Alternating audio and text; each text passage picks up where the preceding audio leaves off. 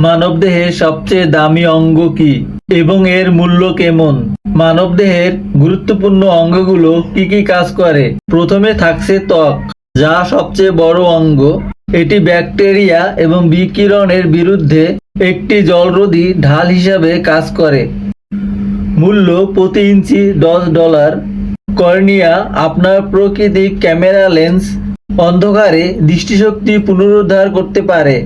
অন্ধকারে দৃষ্টিশক্তি পুনরুদ্ধার করতে পারে বলে এগুলোর মূল্য অনেক বেশি। মূল্য $25,000।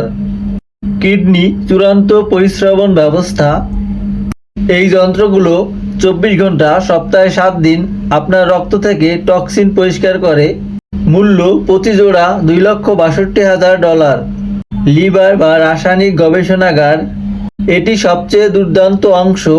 আপনি যদি এটি কেটে ফেলেন তবু এটি আবার বড় হতে পারে। মূল্য $5,57,000। ফুসফুস অক্সিজেন ট্র্যাক্টস, অত্যন্ত শুকনো কাঠামো যা আপনার শরীরের প্রতিটি কোষকে জীবিত রাখে। মূল্য $6,00,000।